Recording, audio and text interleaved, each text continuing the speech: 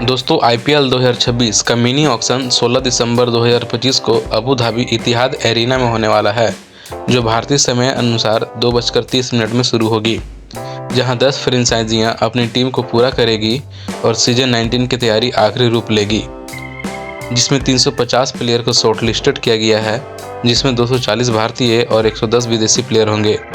और इस mini auction में टोटल 237 करोड़ 55 लाख रुपये खर्च होने वाला है। इस बार का ऑक्शन सिर्फ फॉर्मल प्रोसेस नहीं होगा, बल्कि कई टीम्स के लिए गेम चेंजर भी साबित होने वाला है, क्योंकि ऑफिशियल डाटा के हिसाब से इस ऑक्शन में पैसा भी बहुत है और खिलाड़ी की जगह लगभग 77 स्लॉट खाली है। सबसे पहले बात करते हैं किस टीम के पास सबसे ज़्यादा पैसा बचा हुआ है। तो एक नंबर पर आता है केकेआर इस मिनी ऑक्शन की सबसे पावरफुल टीम बनकर आ रही है। केकेआर के पास लगभग 64 करोड़ रुपया है और काफ़ी सारे प्लेयर्स के स्लॉट भी खाली हैं। इसका सीधा मतलब है केकेआर बिना डरे बड़े नाम पर पैसा उड़ा सकती है। अगर किसी प्लेयर पे बिडिंग वार शुरू हुई तो उसमें केकेआर का नाम सबसे आगे हो सकता है। दूसरे नंबर पे आता है Chennai super Kings. Chennai super Kings भी काफ़ी स्ट्रॉन्ग पोजीशन में है। सीएसके के पास करीबन 43 करोड़ रुपया है और सीएसके का स्टाइल आप लोग जानते ही हैं। ये टीम शोर नहीं मचाती, लेकिन जब बिड शुरू करती है तो सोच समझ के करती है। और इस ऑक्शन में सीएसके एक रिलायबल इंडियन प्लेयर और एक एक्सपीरियंस ऑलराउंडर पर फोकस कर सकती है। और तीसरे स्थान पर है सनराइजर्स हैदराबाद के पास लगभग 25 करोड़ रुपया है और उनके पास खाली स्लॉट भी ज़्यादा नहीं है। एसआरएच को अपनी मिडिल ऑर्डर और बॉलिंग डेप्थ दोनों को स्ट्रॉन्ग करना है, इसलिए ये team multiple medium range player पर जा सकती है। चौथे स्थान पर है लखनऊ सुपर जायंट्स। लखनऊ के पास लगभग 23 करोड़ रुपया है। एलएसजी का फोकस होगा फास्ट बॉलर और फिनिशर पर। ये टीम ज़्यादा नॉइज नहीं करती, लेकिन लास्ट मोमेंट में साइलेंट बिडिंग से सबको सरप्राइज कर सकती है। और पांचवें स्थान पर आता है दिल्ली कैपिटल इस बार स्ट्रॉन्ग प्लानिंग के साथ आ रही है। दिल्ली के पास करीब 22 करोड़ रुपये बचे हुए हैं और उनका मेन फोकस होगा एक एक्सपीरियंस फिनिशर और एक ओवरसीज ऑलराउंडर पर।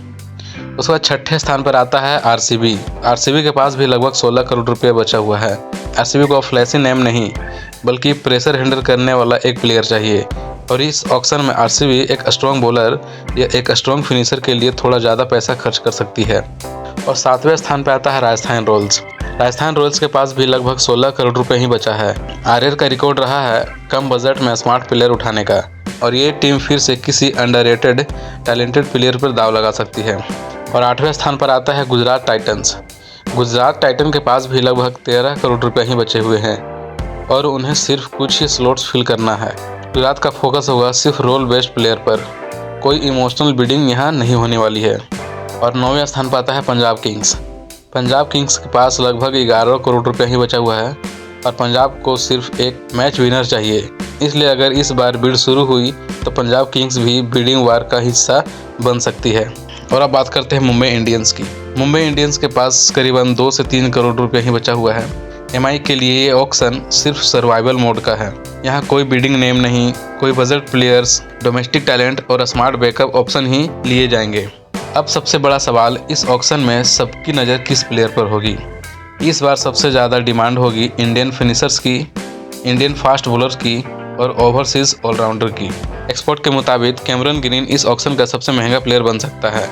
उन पर 15 से 20 करोड़ रुपया तक की बिडिंग हो सकती है। और इंडियन प्लेयर की बात करें तो वेंकटेश अय्यर जैसे ऑलराउंडर और क्वालिटी इंडियन बॉलर से को लगभग 8 से 12 करोड़ रुपये भी मिल सकती है। ओवरऑल आईपीएल 2026 मिनी ऑक्शन छोटा जरूर है, लेकिन इसका इम्पैक्ट बहुत बड़ा होने वाला है। 16 दिसंबर को सिर्फ प्लेयर ही नहीं बिकेंगे, उस दिन आईपीएल 2026 की कहानी लिखी जाएगी। आपके हिसाब से इस ऑक्शन का सबसे महंगा प्लेयर कौन होने वाला है, आप हमें कमेंट्स करके ज़रूर बताएं।